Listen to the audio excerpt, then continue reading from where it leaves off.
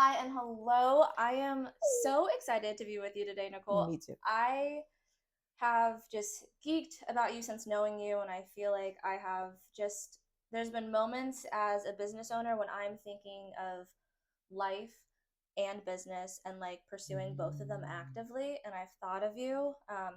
I met Nicole Kearney through the Women in Yeah. Business Retreat, I think like 3 years ago Oh now. gosh, yes. You were on a panel, and you spoke so much life into the crowd, and I felt it into me as you were talking about the ways that you have grown your business, cultivated a space for your clients and for your customers, while also pouring so actively into your life partnerships and like the people that are supporting Hmm. you and seeing you through everything that you were doing. So thank you so much for spending time with me this Thank afternoon, you. especially with some wine. Yes. Thank you. I appreciate you. Gosh, it's been that long. Isn't that crazy? Wow. You know, I'm glad. Because I usually don't always get feedback, so I'm glad that that resonated. It Mm. was just kind of like, okay, we need to give some real truths to people and really talk about this entrepreneurship thing because it's not easy.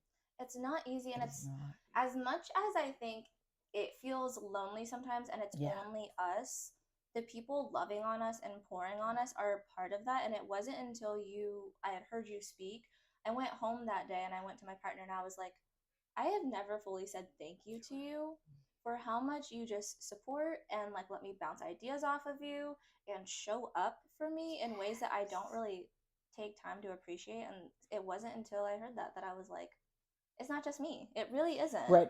Because they're your unpaid intern. They're moving boxes, putting out plates, and we Mhm. forget that in the just the bustle and the hustle of it. Mhm. That there are those folks behind the scene that keep us sane, that like love on us, just support Mhm. us. And I do think we because we're so taught this we're self made.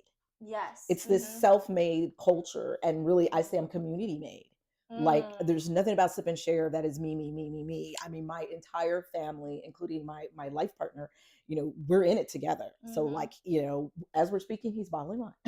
Right? So and then it's like, I'm on calls with my brother like twice a day. What's going on? We just retired my mother. Mm. She's already retired, but we just retired her at the end of October. Mhm. So, so she's just kind of like hanging out with us now, and my cousins, so, my nieces. So it really is just a business of family. And I think you just have to know that those people could be doing something else. Because I tell people my family isn't just doing this because they're my family. Like they have skill Mm. sets. Like my brother came from Salesforce, my cousin came out of Wow. Amazon, my mom has an organizational leadership master's degree. She worked for the military her entire career. Oh So wow. these people aren't just doing it because they're doing me a favor. Like Right. they're highly skilled and qualified and believed in the dream that we're creating. That is incredible. And building a team with people that you feel like you can trust Oh yeah. so deeply. Also, cheers. Oh, Thank you for having cheers. me. You are welcome. Mm. Thank you for coming to our humble little abode. I'm honored and being grateful to be here. Will you tell us a little bit about what we're drinking today? Yeah, so we're drinking gratitude red wine. I think that with everything that's going on, we need Mm-hmm. to maintain gratitude. So this is a red blend. It's 50% Cabernet Sauvignon, Mm. 50% Merlot, and I just call it a wine in two acts. You're going to get that first real juicy fruitiness of the Merlot, and then it just Mm. smooths out into that real balanced acidity of Cab. And we try to smooth the tannins out because a lot of people are like, I don't drink red wine because it does this. Mm. But we try to smooth it out so Yeah. it's just really enjoyable fun. My favorite pairing is with it is pizza or peanut butter and jelly. I love that. That is Yeah, delicious. thank The you. body is audience. Yeah, it's just Mm. it's like this is my go-to. Like this Mm-hmm. is when I'm gonna Netflix and chill. Mm. It's good. This is what I'm It's pouring. Yes. okay. So, talking about what we're drinking, where we Yes. are, you went into wine and you went into vegan wine. Vegan wine. Will you tell me Yeah. about that? So all wines are vegan because people are like, wait a minute, it's grapes, it's this. No, after you finish fermenting the wine, Mm-hmm. then you have to clear it. And so a lot of people use animal byproducts. It could be egg Mm. whites, fish bladder, crustaceans, and we use clay. So if you've ever had a clay mask, pulls the stuff out. That's exactly what we're using.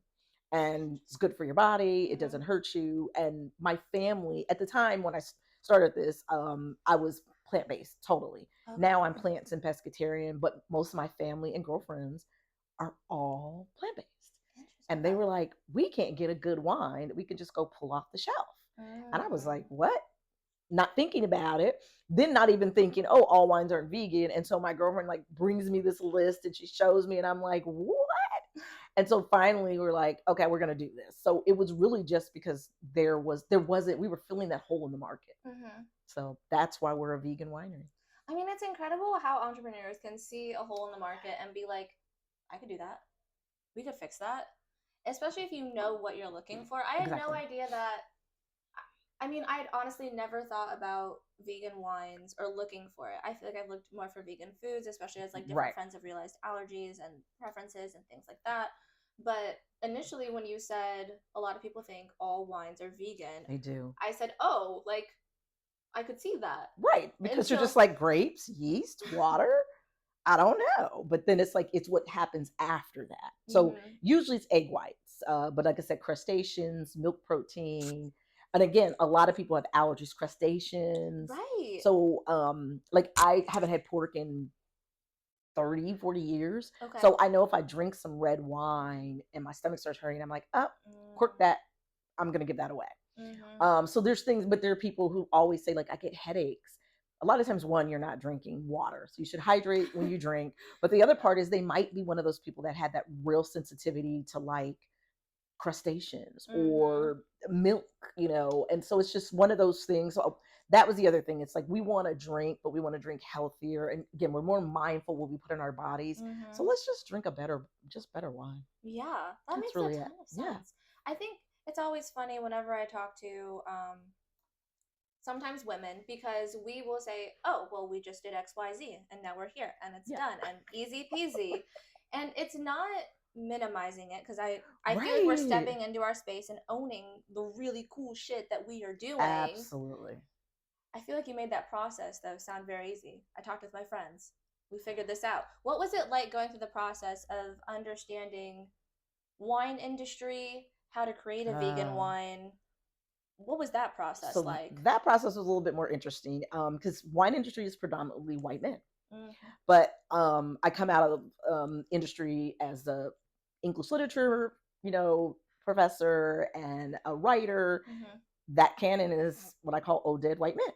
So, so it was like, okay, I'm translating into this new industry, same thing. So it's really doing the education, learning about wine. I started out on the distribution end. Okay. So when I originally started this business, I was distributing other Black women and small winemakers products. So all of their wines. So I got to learn it from the other side, the Mm. business end. And then I was like, okay, but my family's always made sangria. So I've always made that. And then when it finally got to the point where that was selling well enough, and it was like, okay, let's get it in a bottle.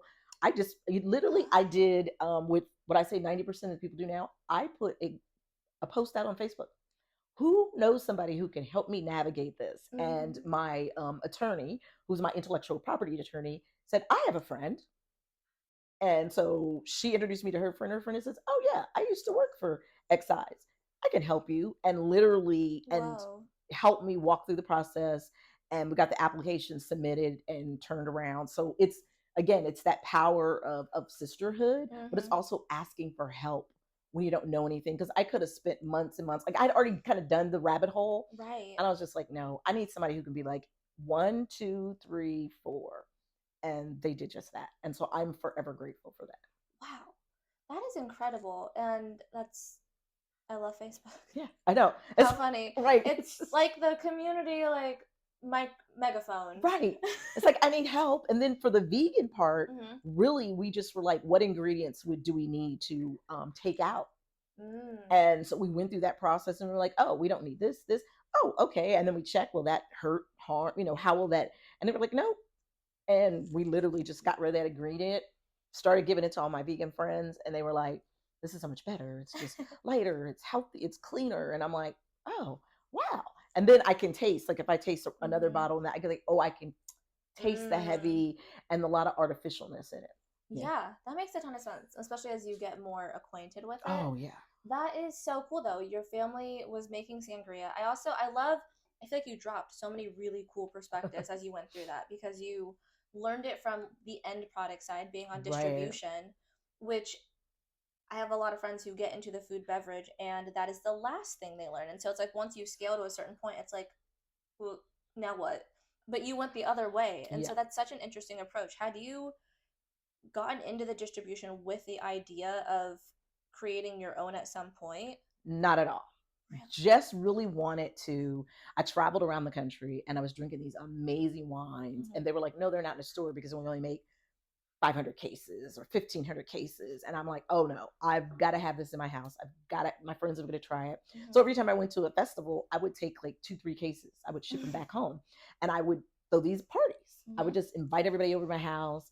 Let's drink wine, and then I would Yeah. just walk them through, and I would go like to the wine dinner. So I would go for a whole Mm. weekend. Like I'm gonna meet the makers, and then as I kept doing that, I was like, I have this business idea, and I pitched to a lot of people. Some people wouldn't answer me, but Mm. 6 people said, "Okay, like we like it," and we did Cool. it. And then but then rules and regulations for wine kept changing, and my business coach was like, "You know what, you make more money on your sangria.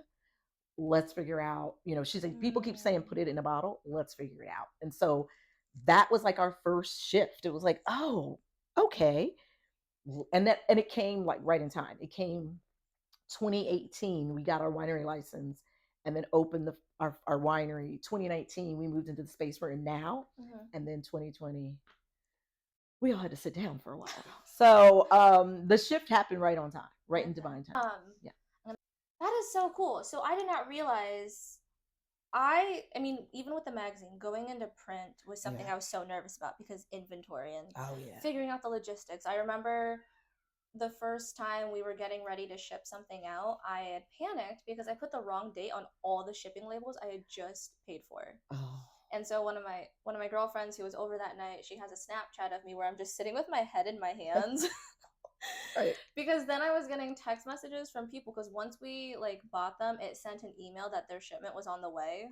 And I was like, what if the USPS rejects all of these because they're not going out today because it's 11:30 at night, but they're going out in 2 days on Monday, Oh yeah. whatever. And it was hilarious. I mean, it's hilarious now because it really Oh yeah. didn't matter and there was more flex room than what I realized, but being in those beginning stages and having all of these rules and regulations Yes. in a space that you're not familiar with, but you're so like ready for the ball to roll. That's really cool to have had somebody in your corner to be like, okay, Right. you have the buy-in, you're doing well in these places. How can we move to make that the start of something else? Yes. And so I love that you had a business coach. Coaching was something Oh I did yeah. not think of at the beginning. Mm.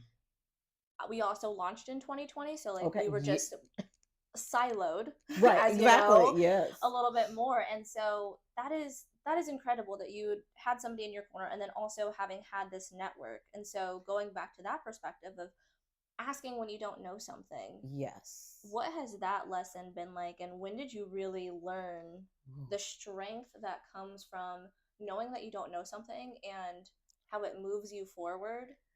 You need to get when it moves you forward because you're able to open that dialogue up. You know what? The power in that came probably at a young age, like asking questions, trying to understand things, and just wanting to know, being very inquisitive. I read a lot of books. I read the dictionary, the encyclopedia, like Mm-hmm. all these things, and so I've always been like, let me ask somebody for help. Like, Mm-hmm. who can help me navigate this piece? And so, yeah, for me, it's like I know they say it's the hardest thing for specifically women, but people to do, Mm-hmm. to ask for help. But I'm like, sometimes that's the easiest way to like get things you need. It's just like, hey, can you help me? Because I mean, what can people say? No, Right. we've never died from a no yet. Mm. Yeah, Mm. Man, I want to sit in that for a minute. yeah. I love that. Because the we create the story, we create the anxiety, we create the fear and this narrative in our mind instead of just asking. And so now we have this, but if I do, then it's also we feel people see us as weak instead of Mm-hmm. this is a moment of vulnerability. Um, and yeah, and it's also okay to be weak. Mm-hmm. It's like we're not.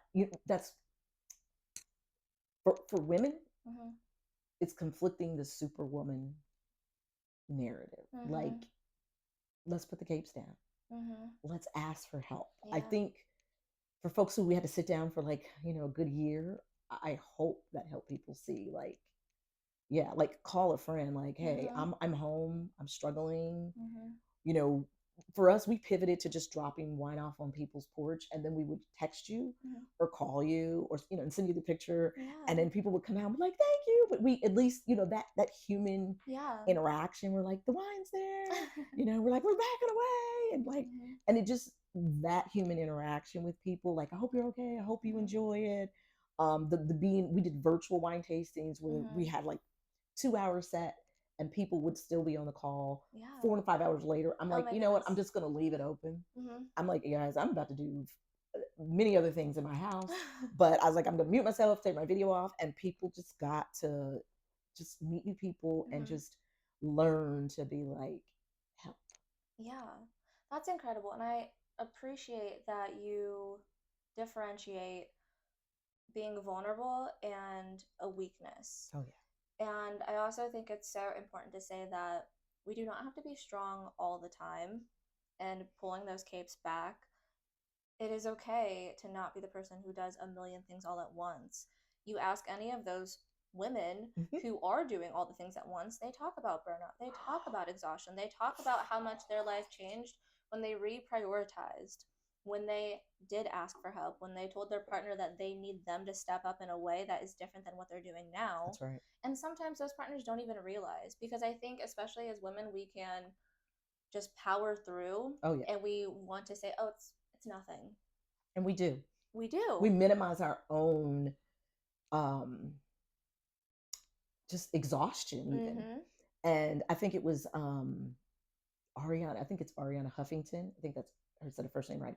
Mhm. When she said she just passed out from Mhm. exhaustion Mhm. and realized that go, go, go, go, go was killing her. And Mhm. I think that for me, the shift was taking time for myself. Mhm. Like I try to take if I don't have anything that I have on my schedule, I usually try to like do just relax on the weekends. Mhm. Sunday I don't answer emails, Mm. I don't Good. answer any business calls. I just nothing. It's usually just like hanging out with my family or just, I have a sibling, and now we have a sibling chat, but it's sibling Sunday, and Love. we check in with each other. We're in three different parts of or actually now four parts of the country.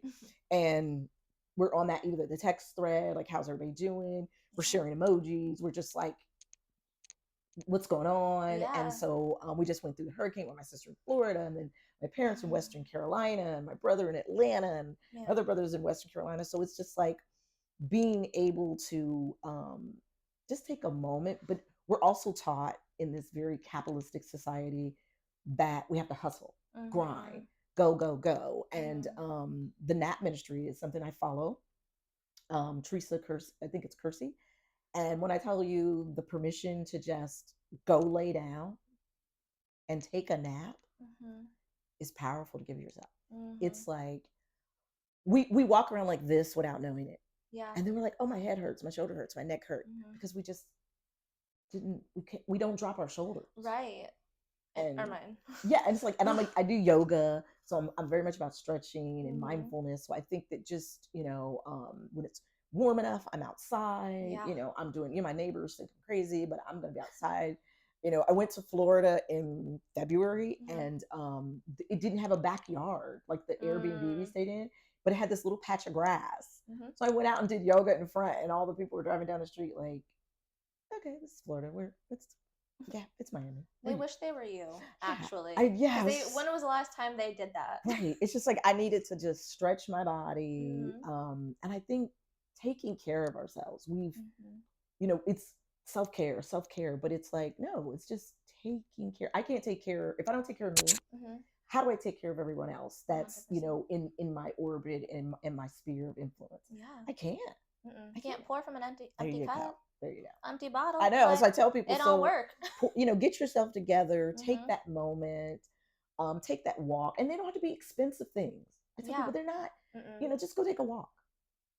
Touch grass. Yeah, touch grass. Just sit in your backyard if you can, sit on your patio. Just Yeah. if you have children, something I learned powerful from my best friend Candy, put yourself in timeout. Mm. Children understand that. Now they're trying to Yeah. figure out what you did bad, but put yourself in a 2 minute timeout. Yeah. Like mommy's in 2 minute timeout, she can't talk, and Mhm. and little children will honor that Mhm. because they understand it. So they Right. understand that boundary. Mm. They understand the timeout boundary. Yeah. So we can't talk to mommy. So Wow. just, Okay. I mean, just that moment to, Mhm. okay, Mhm. all right, I got this today. That is incredible, and I Yeah, love that's that way to tie it together and right. meet other people, your kids, where you are in a way that they understand. That's amazing. Yeah, So, kind of in that frame of taking a pause, taking a moment to reflect, yeah. you mentioned that the brand is kind of in this moment of reflection as you look Yeah. towards the future. Can you give us a little teaser of what that's looking like? So this is our 5th year.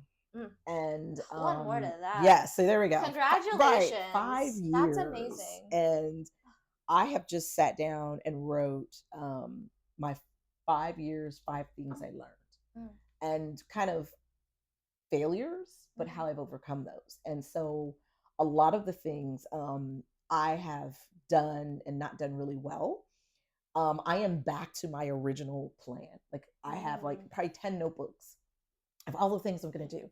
And I am back to my original plan, like focus on our original product that we had, Mhm. drilling down again in our community engagement, giving people the experience. It's not just about wine, it's about wine, it's about the education, it's about the experience, it's about sharing these moments. Mhm. And so we're going to have new labels Ooh. that deliver on that. For us, it's sip, share, experience. Mm. So that's our 3 promises we give to people. So we're drilling down into our labels will reflect that, Mm. our social, and just yeah, just a new, I would say a reset. Like we're going into year 6, so yeah, let's just get a little, I don't know, let's get to know each other better. I want to Yeah. like drill really down into that sip and share story, like Mhm. why we're here and what this is Yeah. really about. I love that. And I love Yeah. that you said get to know each other better. Not just Yeah. like get to know each other more, because I feel like brands will often kind of put that as like a very vague Yeah. umbrella term, but it's better, Better. like more Yeah. intentionally. And I love the experience piece of that.